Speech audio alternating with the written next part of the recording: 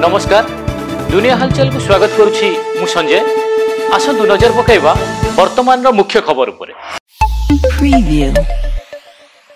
Nayagarh Charoti jail रे police रो चढ़ाऊ निशा कारबार नहीं जिला मुख्य कारागार सह 3टी उप कारागार रे ए चढ़ाऊ जारी थिया बेले नयगढ़ जिला मुख्य कारागार और दशपल्ला उप कारागार रो विपुल परिमाण रो खैनी गुटका बीड़ी ब्लेड आदि जबत होईछि। कोलकाता आरजी कर मेडिकल कॉलेज रे ट्रेनिंग डाक्तर को दुष्कर्म और हत्या घटना रे सीबीआई रो घन घन जेरा जारी थिया बेले स्कानर रे आरजी कर मेडिकल कॉलेज हॉस्पिटल रो पूर्वतन प्रिंसिपल संदीप घोष को घरे सीबीआई टीम रे चढ़ो।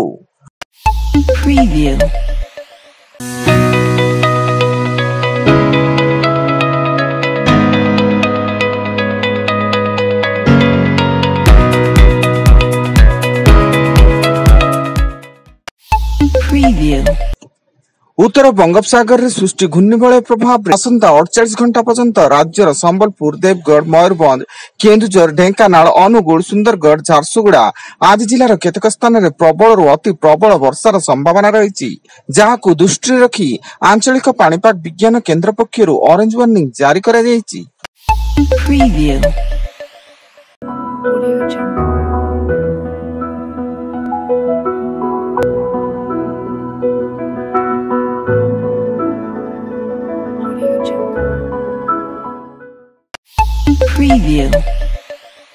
गोरु बेपारी को हत्या घटना रे केन्दुझर टाउन थाना पुलिस हरिचंदनपुर थाना हुंडा पंचायत बाउंसपड़ा ग्राम ऑटो चालक सिपुन बेहरा को गिरफ्त कर कोर्ट चालना करछि।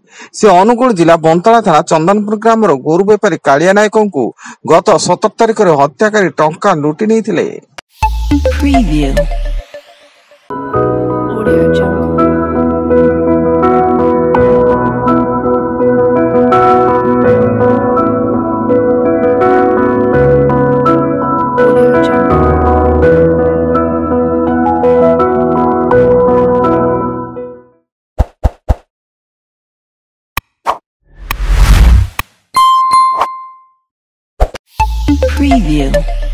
पुणी भुवनेश्वर राजधानी रे मेडिकल दलाल सक्रिय खंडगिरी थाना पुलिस पक्षरु एम्स निकटरू 5 जन नकली कर्मचारी गिरफ होइता बेले सेमानेले उदयगिरी बिहार रो प्रदीप कुमार गौड़, खंडगिरी रो प्रकाश नायक, मनीष पटनायक, खंडगिरी रो विक्रम केशरी मल्लिक, पात्रपड़ार सिद्धेश्वर बेहरा एवं पुलिस सेमानक निकटरू जाल कागज पत्र, परिचय पत्र, guest house visiting card, mobile phone आदि जबत करिछि।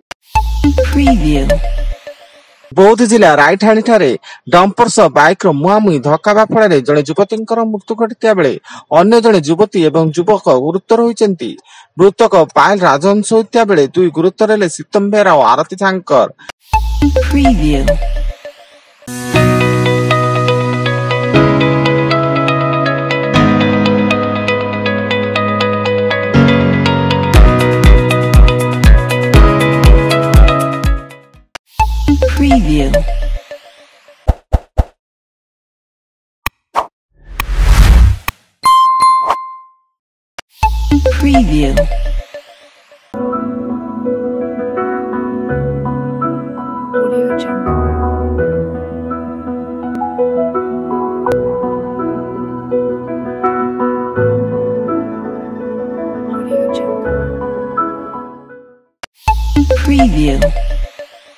बालेश्वर जिला भोगराई ब्लॉक रे कार्यरत जड़े महिला कनिष्ठ छात्री आत्महत्या। मृत महिला बारिपदा अंचल मोनालिसा हेम्ब्रम होता बेले से जे भावे भोगराई ब्लॉक रे गत मार्च मास रे जोग देइतिले। जीवन हारिले आईएलएस वैज्ञानिक संदीप मिश्र। भुवनेश्वर सत्यनगर घर वैज्ञानिक संदीप मिश्र मृतदेह उद्धार होता बेले पुलिस घटनास्थल में छानबीन जारी रखी। स्तन कर्कट रोग चिकित्सा क्षेत्र में संदीपंकर उल्लेखनीय भूमिका थिला। एवं सुभद्रा योजनार प्रथम किस्ती टंका आगामी सेप्टेम्बर 17 तारिख में प्रदान करा जिवो। एनी सूचना दैछन्ति उप मुख्यमंत्री प्रभाती परिडा एवं प्रधानमंत्री नरेंद्र मोदी এই योजनार शुभारंभ करिवे जेउठी प्राय 1 कोटी 8 लाख महिला को এই टंका प्रदान करा जिवो। वर्तमान पाई एतिकी अधिक न्यूज अपडेट्स पाई विजिट करंतु आमो वेबसाइट www.duniyahalchal.com धन्यवाद।